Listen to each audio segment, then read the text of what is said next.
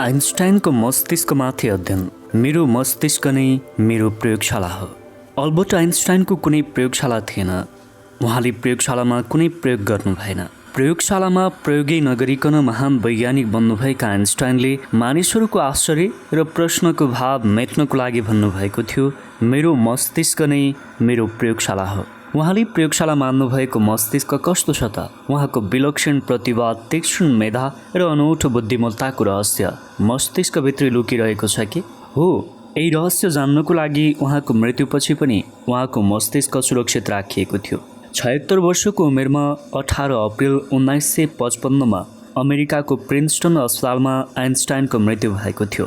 त्यसको 7 घण्टापछि नै उहाँको मस्तिष्क निकालेर वैज्ञानिक परीक्षणको लागि सुरक्षित राखिएको थियो। आइन्स्टाइनको टाउकोबाट मस्तिष्क निकालेर तुरुन्तै त्यसलाई जोखिएको थियो। जोखिँदा उहाँको मस्तिष्कको तौल 2 किलोग्रामभन्दा कम मात्रै देखिएको थियो र उहाँको मस्तिष्कको तलमाथि दायाँ बायाँको बाह्य संरचनामा पनि कुनै फरक देखिएको थिएन। यति वजन हुनु भनेको सामान्य मानिसहरूको मस्तिष्कको औसतभन्दा धेरै अन्तर होइन।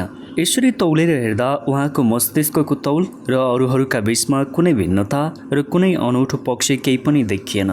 मापजोखपछि आइन्स्टाइनको मस्तिष्कलाई टुक्रा टुक्रा पारेर 200वटा ससाना घनाकार आकारमा विभाजित गरियो र मस्तिष्कको तौल र संरचनामा नबिग्रने ढङ्गले रक्सी गोलमा राखेर पेन्सिल्भानिया विश्वविद्यालयमा राखियो। त्यसको ठिक 20 वर्षपछि क्यानाडाका ओन्टारियो स्थित मैकमास्टर विश्वविद्यालयका वैज्ञानिक प्रो सान्द्रा वाइटलसनले आफ्ना सहयोगीहरूसँग मिलेर आइन्स्टाइनको दिमागको वैज्ञानिक परीक्षण गर्ने सोच बनाइन्। उनले त्यसको नापतोल गर्ने तथा बाह्य र भित्री संरचनाको वैज्ञानिक परीक्षण गर्ने काम सम्पन्न गरिन्। करिब 2.5 दशक लामो परीक्षणको क्रममा उनले अनेकौं जुक्ति र बुद्धि लगाइन्। उहाँको मस्तिष्कका विभिन्न आयामहरूको तुलनात्मक अध्ययन गर्न 35 जना पुरुषहरू र 50 जना महिलाहरूको मस्तिष्कको पनि अध्ययन गरिएको थियो। यसै सिलसिलामा 2वटा फरक तुलनात्मक अध्ययन गरिएको थियो। एउटा थियो उहाँको मस्तिष्क र अरूहरू सबै पुरुषहरूको मस्तिष्कबीच सामान्य तुलना। अर्को थियो उहाँको मस्तिष्क र उहाँकै उमेरका 8 जना मानिसहरूको मस्तिष्कबीच तुलनात्मक अध्ययन। वर्षौं अध्ययन र लामो अनुसन्धानपछि क्यानाडाली वैज्ञानिक प्रो सान्द्रा वाइटलसन र उनका सहयोगीहरूले दि लान्सेट नामक चिकित्सा विज्ञान सम्बन्धी पत्रिकामा लेख प्रकाशित गरी आफ्नो अध्ययनको निष्कर्ष सार्वजनिक गरेका छन्। अध्ययनको निष्कर्ष अनुसार आइन्स्टाइनको मस्तिष्कको तौल र संरचनामा औसत मानिसको भन्दा फरक छैन। उहाँको मस्तिष्क सामान्य मानिसहरूको तुलनामा 15% मात्रै ठुलो थियो, तर उहाँको मस्तिष्कमा 2वटा अनौठो कुराहरू चाहिँ भेटिएका छन्। अनुसन्धानको क्रममा भेटिएको एउटा अनौठो पक्ष उहाँको दिमागको पछिल्लो भागको माथिल्लो क्षेत्र सामान्यभन्दा बेसी विकसित थियो। केही वैज्ञानिकहरूको मतअनुसार यो क्षेत्रले गणित सम्बन्धी कामहरू गर्छ। उनीहरूको मतअनुसार आइन्स्टाइनले गणित सम्बन्धी सम्पूर्ण काम पेराइटल क्षेत्रको भरमा नै गर्नुभएको थियो। अर्को अनौठो पक्ष सामान्य रूपमा टेम्पोरल क्षेत्रको बीचमा एउटा खोल्सो जस्तो देखिने रेखा ग्रोभ तथा सल्कस हुन्छ, तर त्यो रेखा आइन्स्टाइनको दिमागमा थिएन। त्यो खोल्साले टेम्पोरल क्षेत्रलाई पेराइटल क्षेत्रबाट अलग्याउने काम गर्छ। यस्तो खोल्सोको अभाव भएको थाहा पाएपछि के अनुमान गरिएको छ भने यही खोल्सोको अभावले गर्दा उहाँको दिमागमा यी दुवै क्षेत्रहरूबीच राम्ररी संवाद भएको हुनुपर्छ। तर यो अनुमानमाथि शङ्काको गुन्जाइस छ भन्ने वैज्ञानिकहरूको कुनै कमी छैन। आइन्स्टाइनको पेराइटल क्षेत्र सामान्यभन्दा अलि विकसित भएको र टेम्पोरल क्षेत्र तथा पेराइटल क्षेत्रबीच खोल्सो नभएको पक्षमाथि आधारित भएर ती अनुसन्धानकर्ता वैज्ञानिकहरूले आइन्स्टाइनको विलक्षण प्रतिभा र बुद्धिमत्ताको विश्लेषण गर्न खोजेका छन्।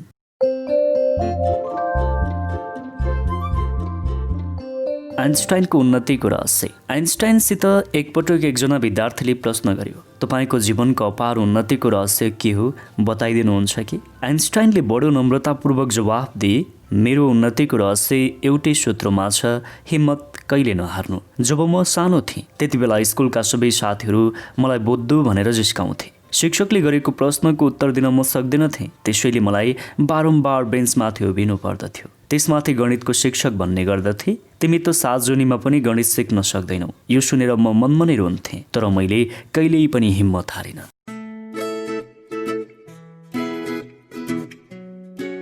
खप्परको नापजोखको इतिहास। उनीहरूको विश्लेषण कतिको सही छ त?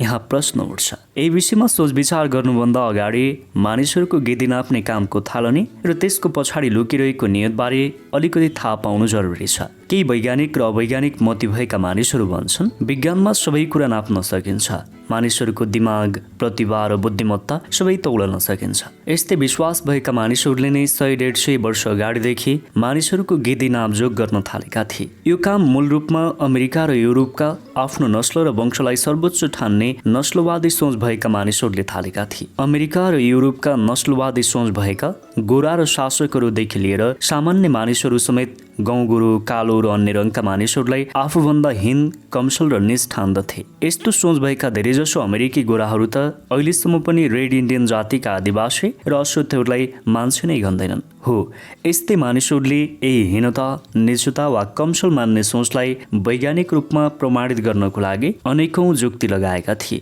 उनीहरूले के देखाउन खोजिरहेका थिए भने गोरा वा श्वेतहरूको खप्पर काला, गाउँगोरा र अरू रङका मानिसहरूको खप्परको तुलनामा ठुलो हुन्छ। खप्पर ठुलो भयो भने दिमाग ठुलो हुन्छ, दिमाग ठुलो भयो भने बुद्धि पनि बेसी हुन्छ। बुद्धि बेसी भएकाहरूले बुद्धि कम भएकाहरूमाथि शोषण र शासन गर्न पाउनुपर्छ। यो सोचाइ भनेको शरीरको रङ, उचाइ र आकार प्रकारको आधारमाथि टेकेर समाजमा व्याप्त विभिन्न किसिमका असमानताहरूलाई सही ठहर्याउने सोचाइ हो। आफ्नो जाति, नस्ल, राष्ट्र, धर्म र रङको आधारमा आफूलाई श्रेष्ठ, कुलीन, शासक ठान्नेहरूले अरूलाई नीच, हीन र शासित मानेर शासन र शोषण गर्ने क्रम जर्मनीका नाजीवादी, दक्षिण अफ्रिकाका नस्लवादी र भारतका हिन्दुवादीहरूले अगाडि बढाएको दृष्टान्त देखिन्छ। अहिले पनि श्वेत ककेसियाली नस्लका मानिसको दिमाग अरूहरूको तुलनामा ठुलो हुने विचार जोरदार रूपमा राख्ने गरिन्छ।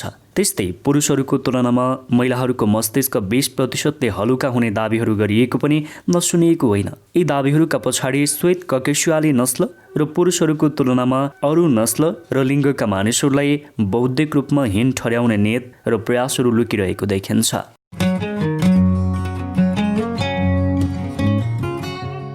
आइन्स्टाइनको सादापन। स्कुली कालमा बुद्ध विद्यार्थीको रूपमा परिचित अल्बर्ट आइन्स्टाइनले विज्ञानमा क्रान्ति गरेपछि उनको नाम विश्वमै प्रख्यात भयो। त्यसपछि त विश्वविख्यात वैज्ञानिक अल्बर्ट आइन्स्टाइनसँग जो कोही पनि भेट्न आउन थाले। जो कोहीले पनि उनलाई आफ्नो घरमा, आफ्नो गाउँ शहर र देशमा आउनको लागि निमन्त्रणा दिन थाले। कतिसम्म भने राजा, महाराजा र महारानीहरू जस्ता त्यतिखेरका विज्ञान विरोधी र प्रगति विरोधीहरूले समेत उनलाई आफ्नो दरबारमा आउनको लागि निमन्त्रणा दिन थाले र उनलाई भेटेर आफूलाई धन्य धन्य सम्झन थाले। यसै सिलसिलामा उनको विश्व प्रख्याति देखेर बेल्जियमकी महारानीले उनलाई विशेष निमन्त्रणा गरिन्। युरोपको एउटा देश बेल्जियमको राजधानी ब्रसल्समा आउनको लागि उनलाई विशेष आमन्त्रणा गरिएको थियो। महारानीको निमन्त्रणा स्वीकार गरेर उनी ब्रसल्सतिर हिँडे। महारानीले आइन्स्टाइनलाई लिनको लागि रेलवे स्टेसनमा उच्च स्तरीय सरकारी अधिकारीहरूको दल नै पठाएका थिइन्। रेलवे स्टेसन पुगेका सरकारी अधिकारीहरूले आइन्स्टाइनलाई धुइँधुइँती खोजे, तर उनीहरूले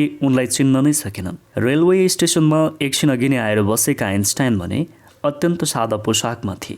उनी सुटेड बुटेड भएर ठाँटिएर हिँड्ने मानिस नै थिएनन्। निकै नै सरल र सादा जीवन बाँच्ने मानिस थिए। त्यसैले आइन्स्टाइनलाई रेलवे स्टेसनमा चिन्न नसकेर निराश भएका सरकारी अधिकारीहरू खाली हात नै राजदरबार फर्के। सरकारी अधिकारीहरूले आइन्स्टाइनलाई साथै लिएर आउन नसकेको कारणले बेल्जियमको राजदरबारमा तहल्का नै मच्यो। तर त्यसैबीच एउटा हातमा सानो ब्याग, अर्को हातमा भायोलिन लिँदै आइन्स्टाइन सजिलैसँग राजदरबार पुगे। त्यसले पनि राजदरबारमा झन भुइँचालो नै ल्यायो। महारानीले सरकारी अधिकारीहरूबाट आइन्स्टाइनको स्वागतमा भएका कमी कमजोरीको कारण खेद प्रकट गर्दै आइन्स्टाइनलाई स्वागत गरिन्। तर राजदरबारमा आफ्नो कारणले तहल्का मचिएको कुरा थाहा नपाएका आइन्स्टाइनले भने हाँस्दै भने, यसमा तपाईँका अधिकारीहरूको कुनै दोष छैन। दोष त ती सरकारी अधिकारीहरू र राजदरबारकै परम्परागत सोचाइमा थियो। उनीहरूको सोचाइ अनुसार आइन्स्टाइन पनि राजा, महाराजाहरू र शासक जस्तै विशिष्ट पोसाकमा आउनुपर्ने, सुटेड बुटेड भएर आउनुपर्ने। तर सामान्य लुगा लगाएर भायोलिन बोकेर आइन्स्टाइन बेल्जियम गए। उनीहरूको सोचाइ अनुसार आइन्स्टाइनले भारी मात्रामा सरसामान, लुगाफाटा सहितका ब्यागहरू लिएर आउनुपर्ने। तर उनी भने एउटा सानो झोला लिएर ब्रसल्स पुगे। त्यसैले रेलवे स्टेसनमै एकछिन सरकारी कर्मचारीहरूलाई कुरेर बसेका आइन्स्टाइनलाई उनीहरूले चिन्न नै सकेनन्। राजदरबारमा आइन्स्टाइनले हाँस्दै महारानीलाई जवाब दिए, यसमा तपाईँका अधिकारीहरूको कुनै दोष छैन। उनीहरूले के ठाने होलान् भने आइन्स्टाइन भन्ने मान्छे निकै ठुलो मानिस होला, उसको हातमा धेरै सरसामान होला। यही सोचले गर्दा उनीहरूले मलाई चिन्न सकेनन्। तर मलाई केही समस्या भएन। रेलवे स्टेसनदेखि राजदरबारसम्म एक्लै हिँडेर आउनु पर्दा आइन्स्टाइनलाई कुनै समस्या भएन। जहाँ पनि एक्लै हिँड्ने बानी भएका आइन्स्टाइन सजिलै राजदरबारमा पुगे। आफ्नो राम्ररी स्वागत सत्कार नभएकोमा पनि उनलाई दुःख लागेन, किनकि उनी राजा महाराजाहरू र शासकहरूले जस्तो झिलिमिली र औपचारिक खालको स्वागत रुचाउँदैनथे। आइन्स्टाइनको सरल स्वभाव र सादा जीवन देखेर बेल्जियम दरबारका कर्मचारीहरू तिनछक्क परे। अझ त्यसमा पनि बेल्जियमकी महारानीले त विश्वविख्यात महान वैज्ञानिकका अगाडि आफ्नो कद निकै कम भएको महसुस गरिन् अनि पद प्रतिष्ठा र पैसाले रङ्गिएको आफ्नो भव्यता फिक्का भएको महसुस गरिन्।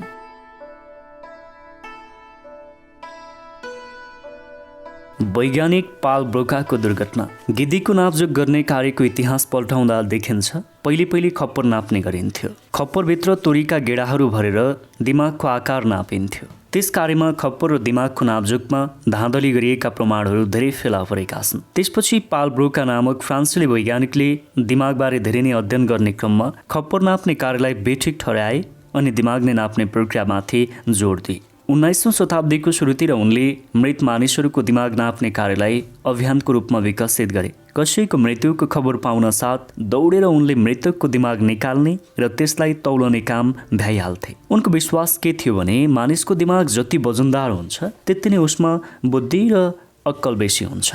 यही विश्वाससहित दिमागको नापजोख गर्ने काम गरिरहेका पाल ब्रोकाले 2 किलोग्रामसम्मको दिमाग फेला पारेका थिए। वैज्ञानिक पाल ब्रोकाको अभियानले गर्दा बिस्तारै मानिसहरूमा विश्वास जाग्न थाल्यो। दिमागको वजन बुद्धिमानीको सर्वोत्तम घोतक हो। जति बेसी वजनको दिमाग हुन्छ मानिस त्यति बेसी प्रतिभा र अक्कलयुक्त हुन्छ। त्यसपछि त के चाहियो र? ठुल्ठुला बनाउँदा मानिसहरूले समेत मृत्युपछि निकाल्ने हिसाबले आफ्नो दिमाग दान दिन थाले। आफ्नो मृत्युपछि दिमागको नापजोख गर्न लगाउने मोह लिनेहरूमध्ये एकजना विश्वप्रसिद्ध गणितज्ञ कार्ल फ्रेडरिक गौस पनि थिए। उनले युक्लिडीय ज्यामितिको सुरुवात गर्नेदेखि लिएर गणितमा ठुल्ठुला खोजहरू गरेका थिए।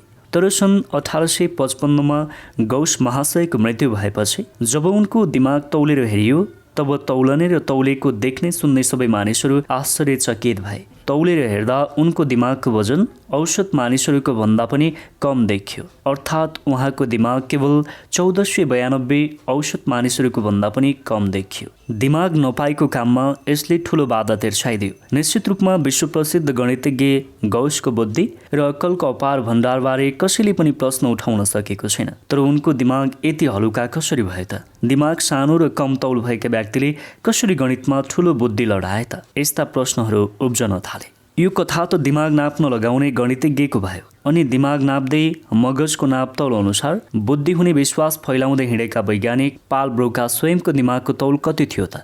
यहाँ अर्को प्रश्न उठ्न सक्छ। उनको मृत्युपछि जब दिमाग तौलेर हेरियो तब त्यो केवल 1424 ग्राम मात्रै देखियो। गौसको भन्दा पनि उनको दिमाग कम तौलको देखेर सबै आश्चर्यचकित भए। सायद पाल ब्रोका जीवित भएका भए पक्कै बेहोस हुन्थे। त्यसपछि दिमागको नापतौल गर्ने अभियानमाथि ठूलो प्रश्न चिन्ह लाग्यो। तापनि दिमागको नापतौल गर्ने अभियानमा लागि परेकाहरूले एउटा जुक्ति निकाले। उनीहरूले कसरी तर्क गर्न थाले भने वास्तवमा दिमागको वजनको खासै अर्थ छैन। वजनभन्दा महत्त्वपूर्ण पक्ष हो मगजको सतहको क्षेत्रफल। त्यसपछि मगजको माथिल्लो सतह जति चाउरी परेको हुन्छ त्यति उसमा बेसी बुद्धि हुने विचार पनि प्रचार प्रसार गरियो। सबैलाई थाहा छ दिमागको रचना हेर्दा त्यसको बाहिरी माथिल्लो सतह अत्यन्त चाउरी परेको हुन्छ। अनि गौस र पाल ब्रोकाको खप्परभित्रको दिमाग निकै चाउरी परेको कारणले उनीहरू अत्यन्त बुद्धिमान भएको तर्क अगाडि सार्यो। यो तर्क कति हदसम्म विज्ञानसम्म छ छैन अहिले पनि अनुसन्धानकै विषय भइरहेको छ। दिमागको क्षेत्रफल र सतहसम्मको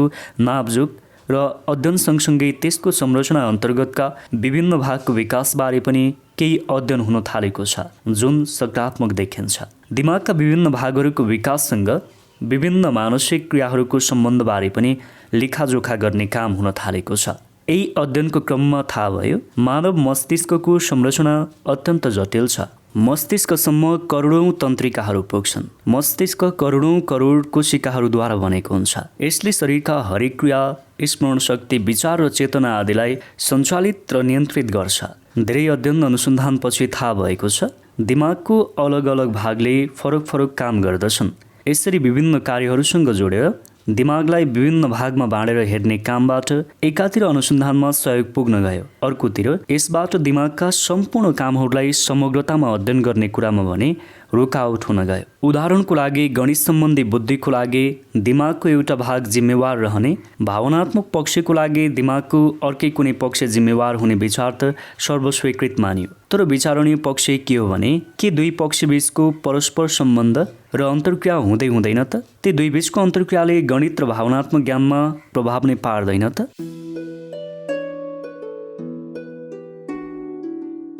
आइन्स्टाइनको दिमागबारे पुनर्विचार। दिमाग नाब्जुकको सिलसिलामा महान वैज्ञानिक अल्बर्ट आइन्स्टाइनको मगज तौलेर नापेर टुक्रा टुक्रा पारेर परीक्षण गरियो। त्यसको रिपोर्ट प्रकाशित भएपछि थुप्रै वैज्ञानिकहरूले माथि उल्लेखित सवालहरू फेरि पनि उठाएका छन्। आइन्स्टाइनको दिमाग तौलने र नाप्ने काम भएपछि फेरि एकपटक दिमागको आकार र संरचनासँग बौद्धिकता र प्रतिभाको अन्तरसम्बन्धबारे ठूलो विवाद उठेको छ। यसको अन्तरसम्बन्ध छ भनेर दावी गर्नेहरूले फेरि एकपटक श्वेत ककेशवाली आर्य र मर्दहरूको मगजहरूको तुलनामा ठूलो हुने हुनाले उनीहरू बुद्धिमान र प्रतिभाशाली हुने दावी गर्न थालेका छन्। यो दावी कतै नस्लवादी र मर्दवादी पो छ कि भनेर प्रश्न उठाउने वैज्ञानिकहरू पनि त्यत्तिकै छन्। बौद्धिकता भनेको शुद्ध मगजको रचनामा निर्भर रहन्छ भन्नेहरूका दावीलाई खण्डन गर्नेहरू बौद्धिकता र प्रतिभाबारे भन्छन् बौद्धिकता भनेको शुद्ध मगजको रचनामा निर्भर रहन्छ भन्नेहरूको दावीलाई खण्डन गर्नेहरू बौद्धिकता र प्रतिभाबारे भन्छन् यो त शारीरिक रचना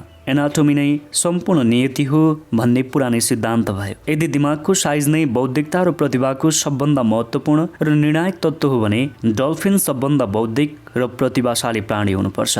मानव कदापि हुन सक्दैन, किनकि डल्फिनको दिमागको औसत तौल मानव मस्तिष्कभन्दा लगभग 7% बेसी वजनदार हुन्छ। उनीहरूको भनाइ अनुसार आइन्स्टाइनको मगज अरू सामान्य मानिसहरूको तुलनामा खासै ठूलो र वजनदार छैन। त्यसैले यस वास्तविकताले मानिसहरूमा रहेको एउटा नराम्रो भ्रम चकनाचुर भएको छ। त्यो भ्रम हो वैज्ञानिक र आविष्कारहरूका मगजहरू सामान्य मानिसहरूको तुलनामा ठूला हुन्छन्, त्यसैले उनीहरू बेसी बुद्धिमान र विलक्षण प्रतिभाका धनी हुन्छन्। जहाँसम्म आइन्स्टाइनको दिमागको पेराइटल क्षेत्र सामान्यभन्दा विकसित रहेको तथा टेम्पोरल क्षेत्र र पेराइटल क्षेत्रबीच खोल्सा जस्तो रेखा नभएको जस्ता अनौठा पक्षहरूको कुरा छ, त्यसमाथि पनि वैज्ञानिकहरूले प्रश्न उठाएका छन्। उनीहरूका अध्ययन र अनुभव अनुसार आइन्स्टाइनको जस्तै जुनसुकै व्यक्तिको दिमाग निकालेर अध्ययन अनुसन्धान गर्ने हो भने त्यहाँ कुनै न कुनै अनौठो र नौलो पक्ष भेटिनेछन्। पेराइटल क्षेत्रको सट्टा अन्य कुनै क्षेत्रमा नयाँ विशेषता देखिनेछन्। त्यसो भए अलग अलग ढङ्गले दिमागको नापजोख गर्ने र त्यसैको आधारमा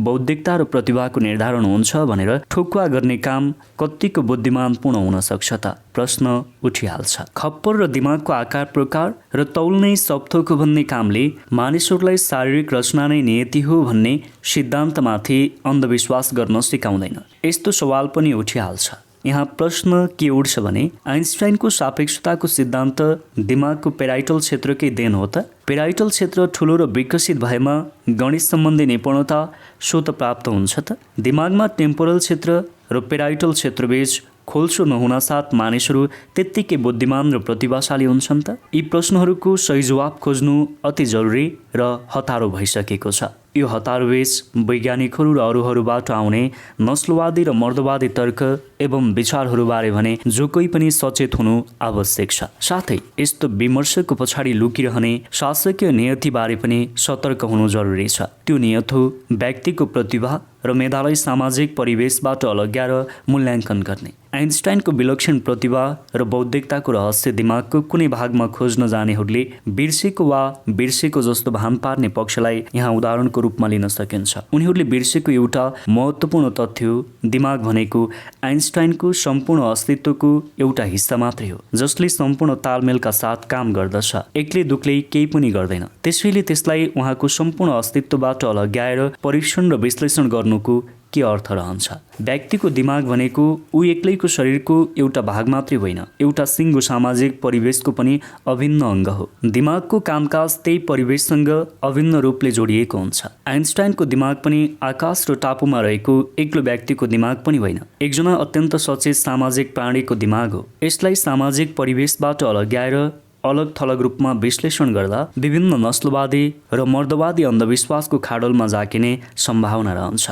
यसै सन्दर्भमा एकजना वैज्ञानिकले एउटा सवाल उठाएका छन्, आखिर आइन्स्टाइनको दिमागलाई किन सुरक्षित राखिएको होला? शरीरको रचना नै सम्पूर्ण प्रतिभा र बौद्धिकताका विधाता हो भन्ने कुरा पुष्टि गर्न कि सामाजिक अवसरहरूको अभावले कुण्ठित अनि शोषण र उत्पीडनको कारणले कोल्चिएका प्रतिभाहरूलाई नजरअन्दाज गर्न? आखिर अलग थलग रूपमा संरक्षित दिमागको टुक्रा टुक्राहरू र ती टुक्रा सम्बन्धी अध्ययनले मानिसहरूलाई कहिलेसम्म भ्रमित पारिरहने होला? अब यति लामो छलफलपछि मलाई पनि एउटा प्रश्न सोधौँ लागिरहेको छ। के प्रतिभा भनेको पेराइटल लोब वा क्षेत्रको पर्याय मात्रै हो? के विलक्षण बुद्धि भनेको श्वेत ककिशाली नस्ल वा आर्य जाति वा पुरुषहरूको दिमागकै मात्र खेल हो भने यो नस्लवादी र मर्दवादी सोचको पुनरावृत्ति मात्रै हो, जुन सरासर गलत छ, पूर्वाग्रही छ र सामाजिक न्याय, समानता र स्वतन्त्रता विरोधी छ, त्यसैले जीवन विरोधी पनि छ। हामीले आइन्स्टाइनको यो तेस्रो भाग प्रस्तुत गर्यौं। तपाईलाई आइन्स्टाइनको यो जीवनी कस्तो लागिरहेको छ?